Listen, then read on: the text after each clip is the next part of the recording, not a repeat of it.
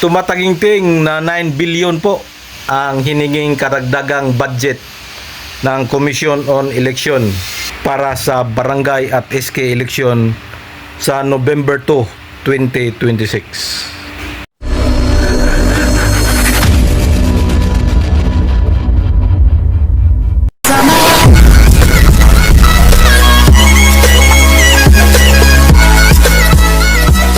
Hello!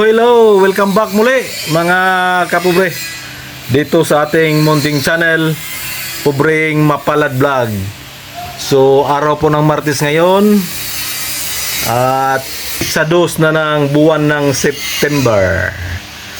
So mga kapobre, panibagong araw, panibagong biyaya, panibagong pag-asa, of course, panibagong vlog na naman. At again, pasensya, sana umay na. Huwag nyo lang panoorin para hindi kayo maumay mga kapobre. Ang sa akin lang dito ay nadagdag lang tayo ng mga impormasyon sa ating mga kababayan. So for today's vlog mga kapobre ay kahapon po, araw ng Lunes, ay nagkaroon ng budget deliberation or budget hearing ang Kamara. At kahapon nakita natin sa budget hearing na yon, sumalang po ang COMELEC, si COMELEC Chairman George Erwin Garcia, para humingi ng karagdagang budget po sa kaniyang ahensya patungkol sa barangay at SK election sa November 2, 2026. Ang halaga pong hiningi ng COMELEC ay tumataginting na 9 billion po para maisakatuparan ng maayos ang barangay at SK election sa November 2, 2026.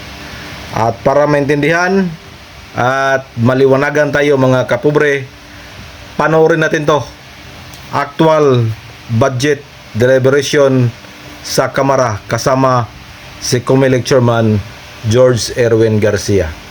Here we go. Thank you very much, Chair George. Chair George, just wanted to check lang po. You mentioned several important exclusions in the proposed NEP.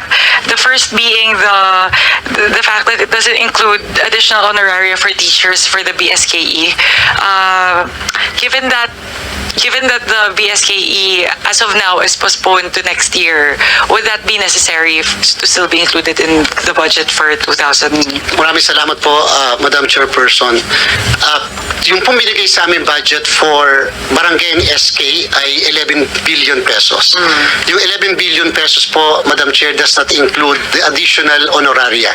From the proposal po namin for BSK was 19 billion. Pero it was reduced to 11 billion, natanggalan po tayo ng 80. So yung pong lahat ng teachers na dapat magse-serve dyan sa barangay and SK ng December 1, kung natuloy, wala po silang additional honoraria of 2,000 pesos. Wala rin po silang additional na support staff per precinct. At wala rin pong support staff yung ating mga DESO. So tanggal po lahat yun. Kasi nga po, inalis po. In fact po, doon sa budget para sa barangay and SK, natanggal po ang ating voters education campaign. Natanggalan din po kami ng budget para po doon sa deployment. At natanggalan din po kami ng budget para po sa training.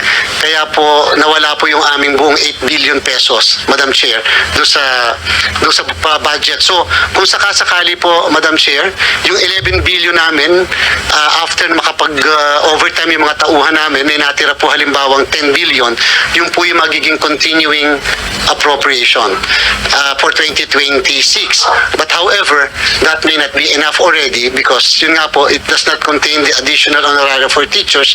The additional teachers, because of the number of precincts that we are going to create, kasi po meron kang 2.8 ngayon na dagdag, plus perhaps another 1.2 million voters by hanggang July next year, so 4 million po. Thank you po, Chairman Garcia. Siguro po, yung gusto lang namin maintindihan on the part of the committee, because there would be that continuing appropriations that would be carried over from what would have been spent or allocated for the December BSKE kung natuloy. So, siguro po, for the benefit of the committee, if you may please enlighten us kung exactly po the amount we're looking at, the projected shortfall or deficit na tinitignan po ng COMELEC yung 2026 po na BSKE. So siguro po kailangan po siguro namin ng absolute figure in terms of the estimate of COMELEC kung magkano po yung magiging deficit na yon. As you mentioned po, given the projected increase in the number of voters and the shortfall in the allocation for the honoraria for the teachers. So siguro po kung makahingi po kami, Chairman Garcia, nung projected absolute number. We will submit to the committee, Madam Chair, the exact computation. But this early would like to say that kung sakali po na walang additional honoraria mga teachers, additional 6 billion pesos, pag po may honoraria yung teachers na dagdag, abutin po ng mga 9 billion pesos, Madam Chair. Yun po yung i-add sa ating naka-continuing appropriation. Additional 9 po or additional 3? 6 versus 9? 6 at saka 9 billion po, Madam Chair. Okay, so additional 9 billion Yes, for the pag honoraria. po may honoraria plus yung dagdag na mga presinto because of the new voters na nagpa-register po again nung August 1 to 10 and then yung magpapa-register mula October 3rd week nitong year na to up to July of next year. Chairman Garcia, in the absence of the actual computation, so the current estimate is around 9 billion additional that would be needed Yes, to Madam Chair. stage the BSKE elections for 2026. That's right, Madam Chair. So yun po. Klarong-klaro. So pinaghandaan na po ng mabuti ng COMELEC ang eleksyon sa November 2, 2026. At humingi na po sila ng 9 billion na karagdagang pundo para sa BSKE 2026 mga kapobre. At yan po ay para sa karagdagang honoraria ng mga guro at mga iba pang paggastuhan. Kasi nga panigurado daw mag times 3 yung mga guro na kakailanganin sa eleksyon na yon.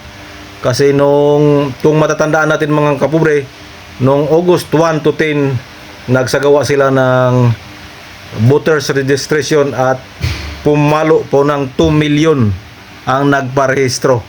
So ang dami. At sinabi pa niya pag-umpisa na daw ang registration ngayong November up to July sa susunod taon. So posible daw papalo sa 4 million ang magiging registered voters.